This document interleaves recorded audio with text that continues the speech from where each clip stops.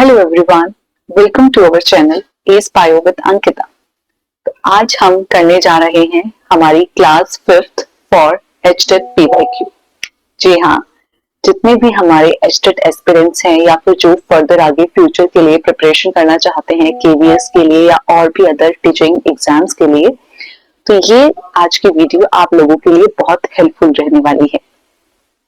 इस वीडियो में हम कवर करेंगे जितने भी हमारे पीवाईक्यू क्वेश्चंस हैं for PGT biology and PGT science. जी, तो इससे पहले हम 4 वीडियोस कवर कर चुके हैं और ये हमारी 5th वीडियो है। ठीक है, तो आप जिसने भी पिछली वीडियोस नहीं देखी हैं, please go and check out them. आप उन्हें देखें, उसमें बहुत सारे अच्छे अच्छे क्वेश्चंस हमने कवर किए हैं और आज की हमारी वीडियो आप देखिए और जो भी आपके डाउट्स आते हैं आप उनको नोट डाउन करते हुए चलिए। ठीक है, पेन और नोटबुक, मैं हर वीडियो में कहती हूँ पेन और नोटबुक साथ लेकर बैठे, अपनी चीजों को नोट डाउन करते हुए चले और जो भी डाउट्स हैं आपके आप हमसे शेयर करते चले। ठीक है, जितने भी आपके डाउट्स हैं उनको आप शेयर करते चले। ठीक है, कमेंट, आपको पता है अगर हम ऑनलाइन पढ़ रहे हैं तो कमेंट आपकी नोटबुक है, उसमें आप अपने जो भी डाउट्स हैं या जैसे भी आपको वीडियो लगती है, जो भी आपके थॉट्स हैं, प्लीज आप उन्हें कमेंट सेक्शन में जरूर डालिए ताकि मुझे पता चल सके क्या मैं आप लोगों से कनेक्ट कर पा रही हूँ या नहीं। ठीक है, या क्या चेंजेस आप चाहते हैं या क्या आप पढ़ना। ठीक है, मीन्स आप अपनी बात रखिए, आप मुझसे कलेक्ट करिए। कुछ टाइम बाद हम लाइव भी आएंगे, हम लाइव भी आपसे जुड़ेंगे, बट उससे पहले मैं चाहती हूँ कि आप कमेंट सेक्शन में अपने थॉट्स, अपनी जो भी आपकी क्वेरीज हैं, आप प्लीज उनको कमेंट डाउन, प्लीज आप उनको राइट कीजिए। ठीक है, तो चलते हैं और स्टार्ट करते हैं आज की हमारी वीडियो। चलिए, so our first question is which of the following Which of these statements are correct? हमें बताना है, गिवन स्टेटमेंट्स है हमारे पास, नंबर 1, 2, 3 एंड 4 स्टेटमेंट्स गिवन है। हमें ये बताना है कि इन चारों स्टेटमेंट्स में से कौन सी इनकरेक्ट है। देखो, जो एचटेट में जो लेवल आता है ना क्वेश्चंस का, वो ऐसा ही आता है। मैंने आपको फर्स्ट डे से आपको बताया था कि जो भी क्वेश्चंस आएंगे ना, या तो आएंगे which one of the following is not करके या फिर इनकरेक्ट करके, और हम जल्दबाजी में और नर्वसनेस में, एंजाइटी में हम क्या करेंगे, गलत क्वेश्चन पढ़ के, जल्दबाजी में अच्छे से क्वेश्चन को ना पढ़ के हम रॉन्ग अटेम्प्ट करते हैं। ऐसा नहीं करना है।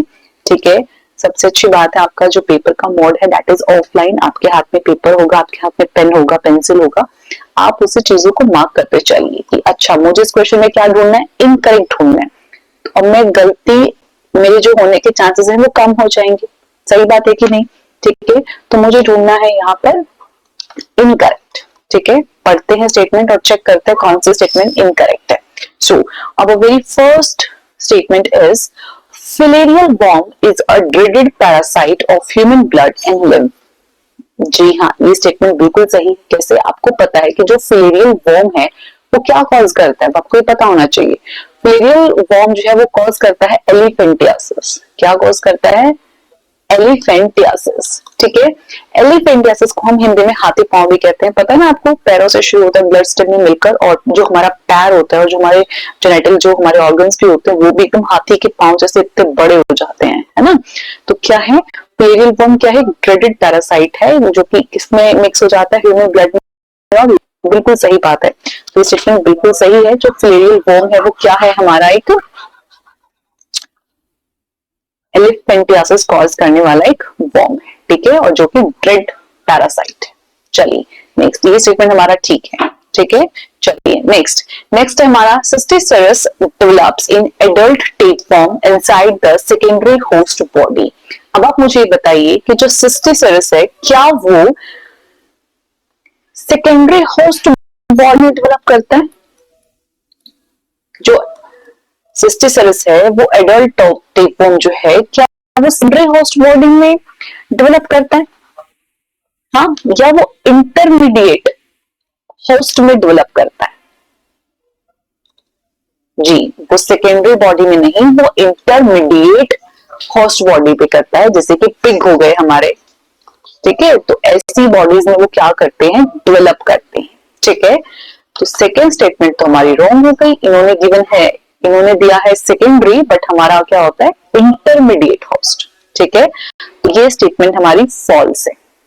थर्ड चेक कर लेते हैं। Sporozoite of Plasmodium infect men through liver cells first. बिल्कुल सही बात है। जब हम प्लाज्मोडियम का जो हम अपना साइकिल पढ़ते हैं उसके अंदर हम देखते हैं कि जो स्पोरोजाइट है वो सबसे पहले कहाँ इन्फेक्ट करता है, लीवर सेल्स पे, हेपेटोसाइट्स पे ये सबसे पहले अटैक करता है। ठीक है, और इन्फेक्शन आगे फर्दर कॉज करता है। राइट, तो ये स्टेटमेंट हमारी करेक्ट है। आगे पढ़ते हैं। Fourth, bed bugs transmit plague, typhoid, tuberculosis. क्या बेड बग है जो प्लेग और टाइफाइड को कॉज करता है? आप बताइए मुझे, कब से टाइफाइड को पढ़ते आ रहे हैं फ्रॉम 6, 7, 8 क्लासेस कि जो टाइफाइड है वो एक बैक्टीरिया कॉज करता है, दैट इज सैल्मोनेला टाइफी। पता है सबको, है ना? तो टाइफाइड बेड बग तो कॉज कर ही नहीं सकता। अगर मान लो हमें प्लेग का और इसका नहीं भी पता है तो टाइफाइड तो इतना इजी है कि सबको पता है। राइट, तो ये भी हमारा गलत हो गया, है ना? बेड बग तो क्या कॉज करता है आपको पता है? सिंपल जो हमारी स्किन इन्फेक्शंस होती है ना, या फिर जो स्किन इचिंग, इरिटेशन वगैरह होती है, बेड बग्स तो वो कॉज करते हैं। प्लेग, टाइफाइड, ट्यूबरक्लोसिस जैसी बीमारियां नहीं करते हैं। ठीक है, ट्यूबरक्लोसिस होता है हमारा माइकोबैक्टीरियम से। और प्लेग के लिए लिख लीजिए, प्लेग के लिए आप नोट डाउन कर लीजिए बुक के अंदर प्लेग का। ठीक है, दैट इज यर्शीनिया, यर्शीनिया पेस्टिस। ठीक है, प्लेग का है यर्शीनिया पेस्टिस। ओके, तो अब कौन से हमारे इनकरेक्ट हैं? क्वेश्चन में पूछा था इनकरेक्ट, तो कौन से incorrect? Second and fourth. Search कर लीजिए ऑप्शन में। फर्स्ट ये सेकंड एंड फोर्थ, तो ये हो जाएगा हमारा करेक्ट आंसर। पूछा है इनकरेक्ट और करेक्ट हो जाएगा सेकंड और फोर्थ। ठीक है, चलिए next is which one of the cranial nerve is glossopharyngeal in mammals? glossopharyngeal, ये जो क्वेश्चन है इसमें कुछ चीजें हैं जो मैं आपको कहूंगी कि प्लीज आप नोट डाउन करिए। ठीक है, पेन, अपना पेपर, नोटबुक जो भी है आप साथ लेकर बैठे, वीडियो को पॉज कीजिए, पॉज करके चीजों को नोट डाउन करिए और फिर आगे चलें। ठीक है, साथ के साथ ऐसा नहीं करना है कि एक बार वीडियो सुन लेते हैं फिर बाद में दोबारा से वीडियो स्टार्ट करके फिर दोबारा नोट डाउन करेंगे। नो, रिकॉर्डेड वीडियो है, यही बेनिफिट है। जहां भी प्रॉब्लम आती है वीडियो को पॉज कीजिए, जो भी इंपॉर्टेंट पॉइंट्स हैं उनको नोट डाउन कीजिए और अपना फर्दर आगे स्टार्ट कर दीजिए। ठीक है, सो हमारे ब्रेन में क्या होती है? क्रेनियल नर्व्स होती हैं। ठीक है, तो उन्हीं में से क्वेश्चन आपसे पूछा है कि टोटल ना हमारे पास 12 क्रेनियल नर्व्स होती हैं। कितनी? 12।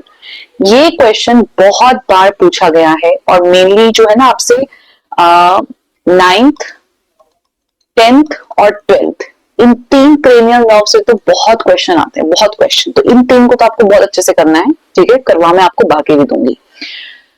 तो पहला क्वेश्चन है हमारा जो ये पूछ रहा है, दैट इज ग्लोसोफेरेंजियल। तो नोट कर लीजिए, ग्लोसोफेरेंजियल होती है हमारी 9th क्रेनियल नर्व। कौन सी होती है? 9th। लिख लीजिए, 9th होती है हमारी ग्लोसोफेरेंजियल। ठीक है, करती क्या है? ये करते आपको पता है ना, हम खाने को खाते हैं और खाने के बाद हम विटकते हैं, स्वेलो करते हैं टंग्स के साथ। क्या करते हैं? खाना खाया विटकते हैं।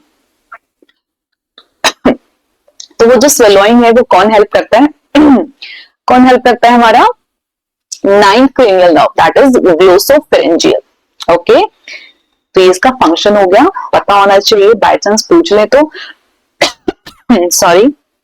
नेक्स्ट है हमारे पास 10th का हमारा नेम होता है वेगस। वेगस कर लीजिए, वेगस कर लीजिए। सॉरी, 10th का है हमारा वेगस। ठीक है, वेगस क्या करता है हमारा? ये करता है हमारा डाइजेशन में हेल्प, डाइजेशन में, प्लस हमारा जो हार्ट रेट है उसको मेंटेन भी कौन करता है? 10th cranial nerve, that is vagus. ठीक है, उसके बाद 5th गिवन है। 5th है हमारा ट्राइमेंजिनल। ठीक है,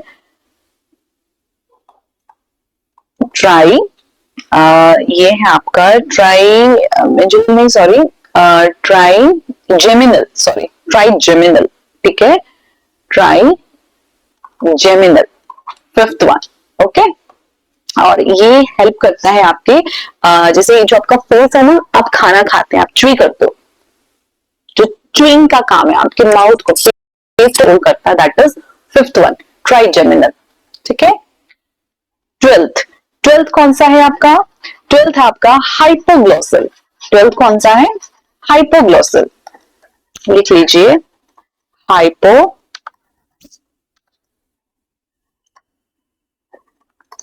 हाइपोग्लोसल। ये क्या करता है? ये आपके टंग की मूवमेंट को, आपकी टंग जो बोलते हैं आप, टंग मूव करती है, मैं बाहर निकालती हूँ, जो भी करती हूँ, तो मेरी टंग की मूवमेंट को कौन कोऑर्डिनेट करता है? हमारा ट्वेल्थ क्रेनियल नर्व। या फिर हम खाना खाते हैं, देखा ना, जब हम खाना खाते हैं तो खाना खाने के बाद हम क्या करते हैं?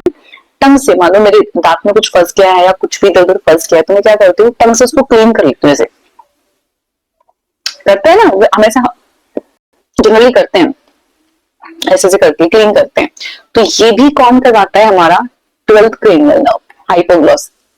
ठीक है। तो ये चारों मैंने आपको बता दिए हैं। बेसिकली आपको, आपसे ये पूछे जाते हैं 9th, 10th एंड 12th। ठीक है। 7th वाला भी नोट कर लीजिए, 7th वाला भी पूछ लेते हैं। ये हमारा फेशियल क्रेनियल नर्व होता है, 7th वाला फेशियल क्रेनियल। फर्स्ट होता है olfactory, first one is olfactory, 7th one is your facial. Okay, चलिए 11th भी जान लीजिए। 11th होता है हमारा असेसरी। ठीक है, ये हमारा असेसरी होता है। चलिए, ये आ गया समझ में? ये था हमारा 9th glossopharyngeal. Next, very easy, इससे इजी क्वेश्चन कुछ है क्या? और आई थिंक ये तो ना, आई थिंक जो भी पेपर लेता है ना, ये तो सबका फेवरेट है। इसको हम बोल देते हैं favourite question, terror of Bengal. Everyone knows Eichhornia crassipes. Okay, चलिए next, which of the following is not true about the genetic code? Salient features पूछ लिया आपसे जेनेटिक कोड के। ठीक है, तो क्या क्या होते हैं आप ही बता दीजिए। सबको ये पता है कि ट्रिपलेट की फॉर्म में होते हैं, एवरीवन नोस ट्रिपलेट होते हैं ना, जैसे मान लीजिए AUG, UUU, ठीक है, AUU, UGC, है ना, ट्रिपलेट की फॉर्म्स में होते हैं। ठीक है, तो 3 न्यूक्लियोटाइड मिलके क्या बनाते हैं? एक आपका अमीनो एसिड बनाते हैं, और वो क्या करता है? फर्दर कोडिंग करता है। ठीक है, उसके बाद क्या फीचर होता है इसका? नॉन ओवरलैपिंग होते हैं। ठीक है, और आपका अनएम्बिगुअस होते हैं। ठीक है, अनएम्बिगुअस का मतलब क्या है आपका? एक कोडॉन जो होगा वो एक अमीनो एसिड के लिए होगा।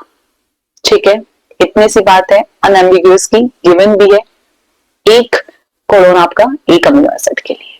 ठीक है, उसके बाद नेक्स्ट है हमारा डीजेनरेट। डीजेनरेट का मतलब हमें ये पता है कि टोटल हमारे 20 अमीनो एसिड्स हैं, और क्या है? 64 कोडॉन्स हैं।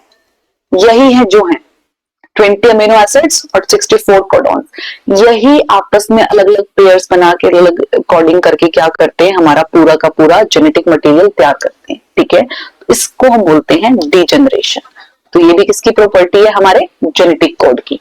उसके बाद it is read in continuous fashion. इसको कैसे रीड किया जाता है? कंटिन्यूअस फैशन में रीड किया जाता है। ठीक है, उसके बाद नेक्स्ट है हमारे, ये यूनिवर्सल भी होते हैं। यूनिवर्सल मतलब अगर मैं बैक्टीरिया से लेकर मैं एनिमल्स की बात करूं तो सब में सेम कोडिंग होती है, सेम कोई भी कोड है। जैसे कि मान लीजिए आपका AUG ही ले लीजिए, AUG, तो ये सब में किसके लिए कोड करता है? ये स्टार्ट कोडॉन होता है।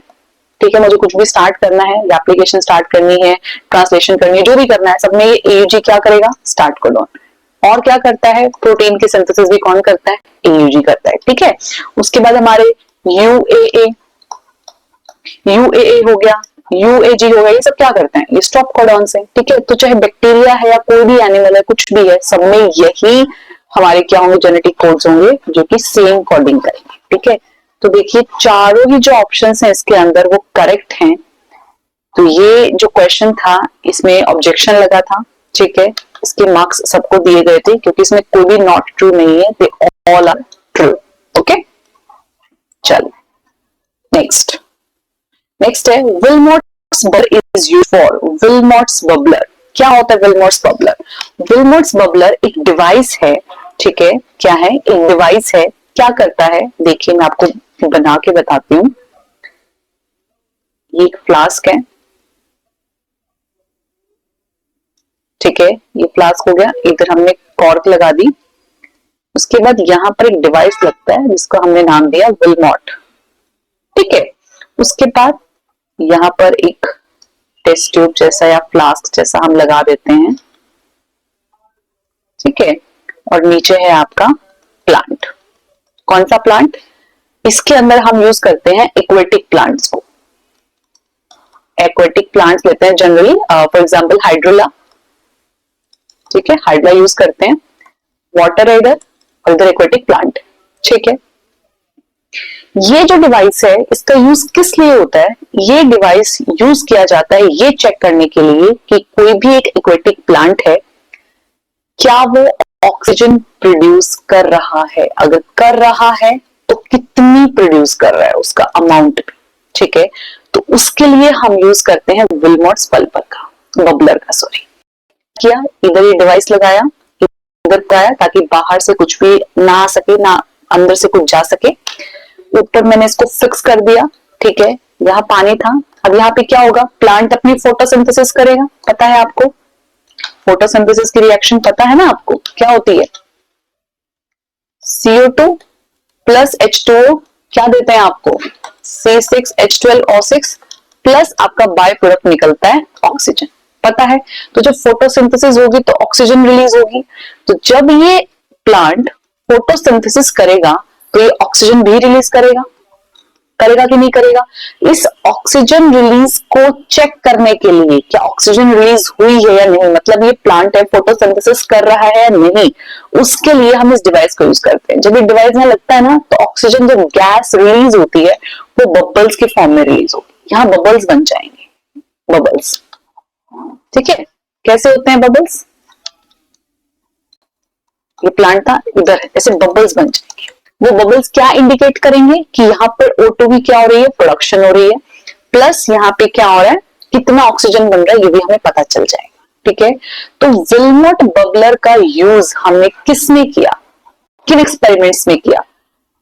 जो प्लांट्स क्या कर रहे हैं, फोटोसिंथेसिस कर रहे हैं, ठीक है, फोटोसिंथेसिस करेंगे तभी तो ऑक्सीजन रिलीज होगी। तो विल्मोट्स बबलर का यूज होता है फोटोसिंथेसिस एक्सपेरिमेंट्स के लिए, ठीक है। Next, a moss differs from a fern in having, आपसे पूछ रहे हैं कि जो मॉस और फर्न है उसमें क्या डिफरेंस है, फर्न में ऐसा क्या है जो इससे डिफरेंट है?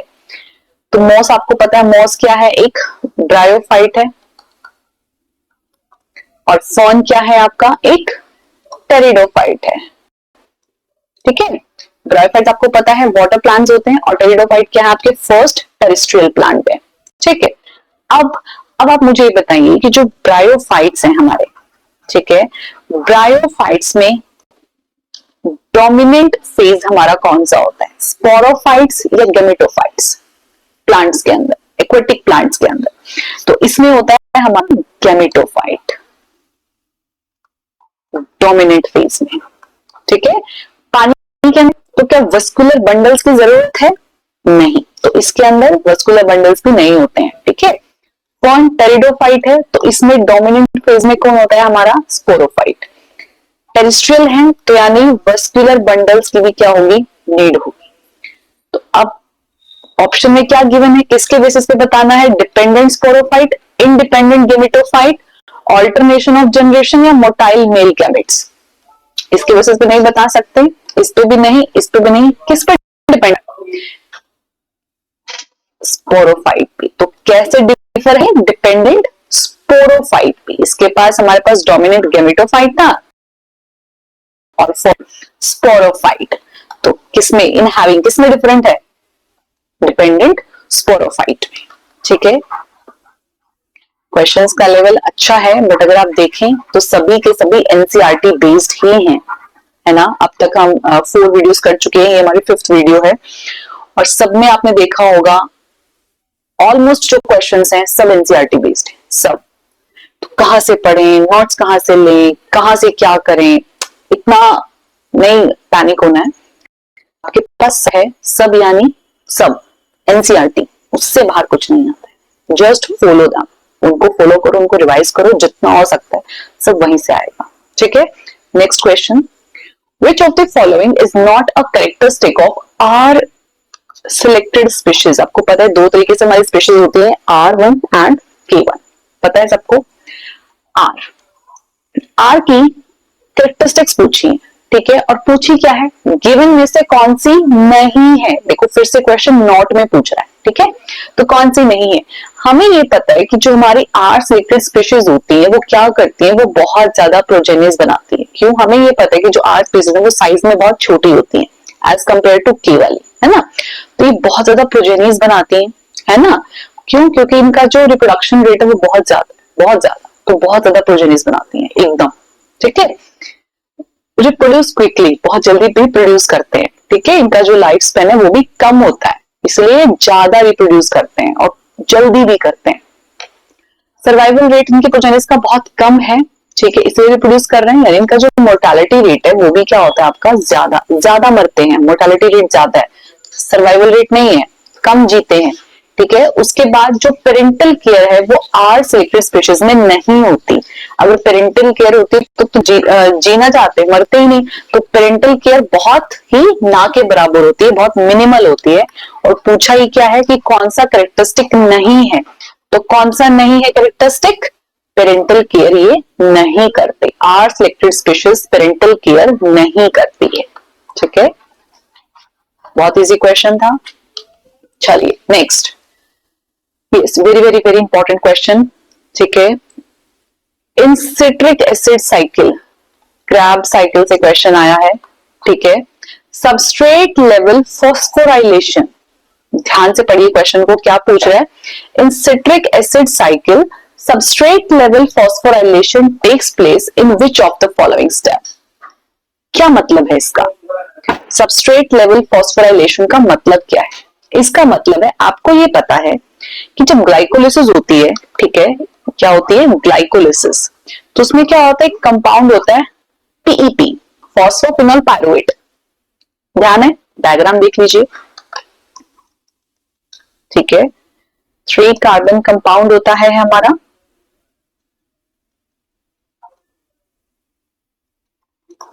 ठीक है,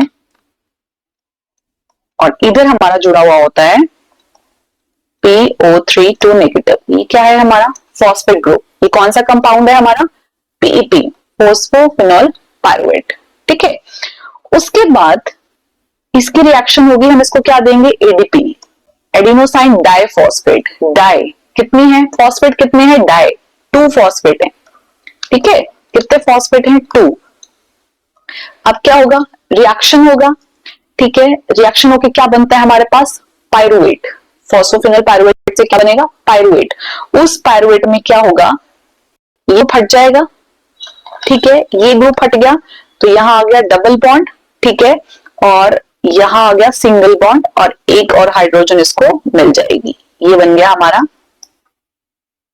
पायरुवेट, ठीक है। समझ में, इतनी बात समझ में आई। पीईपी था, उसमें हमने क्या कर दिया, एडीपी दिया, एडीपी की हेल्प से क्या हुआ, एक फॉस्फेट ग्रुप हट गया पीईपी से, ठीक है, और क्या बन गया हमारा पायरुवेट, ठीक है। अब जो पायरुवेट बना तो यहाँ पे क्या हुआ, एडीपी जो था वो किस में कन्वर्ट हो गया, एक फॉस्फेट ग्रुप रिलीज हुआ ना, फॉस्फोराइलेशन हुआ ना, और क्या रिलीज हुआ, फॉस्फेट ग्रुप, तो वो क्या बना देगा, एटीपी, एडिनोसाइन ट्राइफॉस्फेट। दो मॉलिक्यूल वो किस में कन्वर्ट हो गया, 3 फॉस्फेट वाले में, एंड दैट इज एटीपी। और यही होता है फॉस्फोराइलेशन, मींस जब आपका फॉस्फेट रिमूव होकर क्या बना दे, एटीपी बना दे, एटीपी की प्रोडक्शन हो जाए, वही होता है फॉस्फोराइलेशन, ठीक है। तो ये आपसे पूछ रहा है कि जब क्रेब साइकिल होती है तो ये कौन से स्टेप पर होता है, तो ये होता है हमारा जब सक्सिनाइल कोएंजाइम से क्या बनता है, सक्सिनेट बनता है। तो इस स्टेप पे क्या होता है हमारा, फॉस्फोराइलेशन होता है, एडीपी किस में कन्वर्ट हो जाती है, एटीपी में, ठीक है। और किसकी हेल्प से होता है ये हमारा, सक्सिनाइल कोएंजाइम सिंथेटेज की हेल्प से, पता है ना एंजाइम का, ठीक है। तो इसका आंसर हो जाएगा succinyl coenzyme. Krebs cycle is very very very very important, बहुत इंपॉर्टेंट है, ठीक है, इससे भी क्वेश्चन आएगा ही आएगा, डेफिनेटली आएगा, लिख लीजिए, वेरी वेरी इंपॉर्टेंट। ठीक है, चलिए नेक्स्ट। तो देखो पूरी साइकिल की भी लर्न नहीं करनी पड़ी, लेकिन एक पार्ट से भी क्या आ गया, क्वेश्चन आ गया, एक छोटे से स्टेप से भी, है ना, तो वो भी हमें पता होना चाहिए। चलिए, now find the odd one out from the following. इससे इजी क्वेश्चन क्या होगा, हम सबको पता है मोनोसेक्राइड्स, डाइसेक्राइड्स, पता है ना, मोनोसेक्राइड्स होते हैं हमारी शुगर, डाइसेक्राइड्स होते हैं, पॉलीसेक्राइड्स होते हैं। ठीक है, ribose, sucrose, glucose, fructose, 4 given है। अब इनमें से ये बता दो क्लासिफाई करके कौन सी मोनोसेक्राइड है और कौन सी डाइसेक्राइड है। ठीक है, तो मोनोसेक्राइड आपकी कौन सी होती है, glucose, fructose and ribose. Disaccharide कौन सी है आपकी, sucrose, maltose and lactose. Polysaccharides में कौन सी हैं, स्टार्च, सेल्यूलोज एंड आपका ग्लाइकोजन।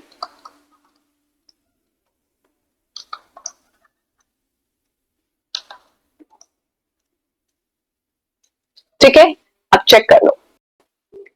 राइबोस, राइबोस कहां है, मोनोसेक्राइड में, इसके आगे एम लिख देते हैं। सुक्रोज कहां है, डाइसेक्राइड में।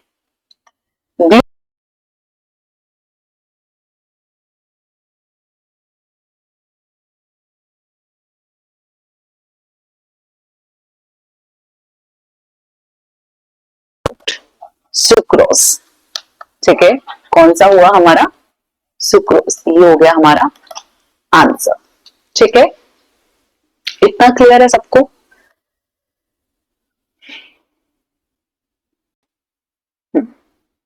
चलिए नेक्स्ट, इसमें भी कंफ्यूजन रहता है ना।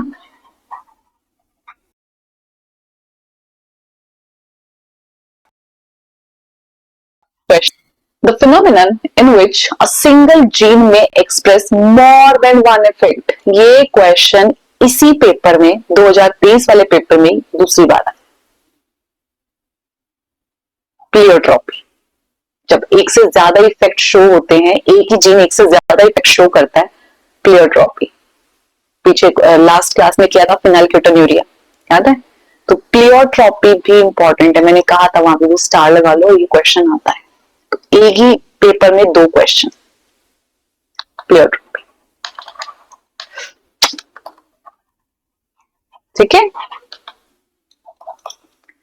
सो 2023 का पेपर हमारा कंप्लीट हो गया है। ठीक है, हमने 60 के 60 क्वेश्चंस हमने कवर अप कर लिए हैं। इसके बाद हम स्टार्ट करते हैं। ओके, आप बताना मुझे, क्या आपको 2022 का पेपर करना है या उससे पहले कोई भी एक अदर चैप्टर आपको रिवीजन के लिए चाहिए। ठीक है, तो प्लीज मुझे कमेंट्स में बताना, क्या मैं इसी तरीके से पीवाईक्यू सीरीज ही कंप्लीट करवाती चलूं 1-2 सालों की और, या फिर रिवीजन क्लासेस में स्टार्ट करूं। ठीक है, जैसी आपकी नीड होगी मैं वैसे ही चीजों को करवाऊंगी। ठीक है, अगर हमारा सामने वाला, हमारा स्टूडेंट, हमारा एस्पिरेंट ही अगर सेटिस्फाइड नहीं होगा, उसकी जो नीड्स होंगी वो फुलफिल नहीं होंगी, तो कोई फायदा नहीं है मेरी वीडियोस डालने का।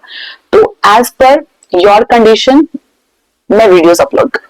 ठीक है, या फिर अगर मुझे लगा कि मेजॉरिटी है, आप लोग चाहते हैं कि मैम पीवाईक्यूज ही बहुत इंपॉर्टेंट है, जैसा आपको ठीक लगे वैसा करिए, तो वो भी मुझे बताना।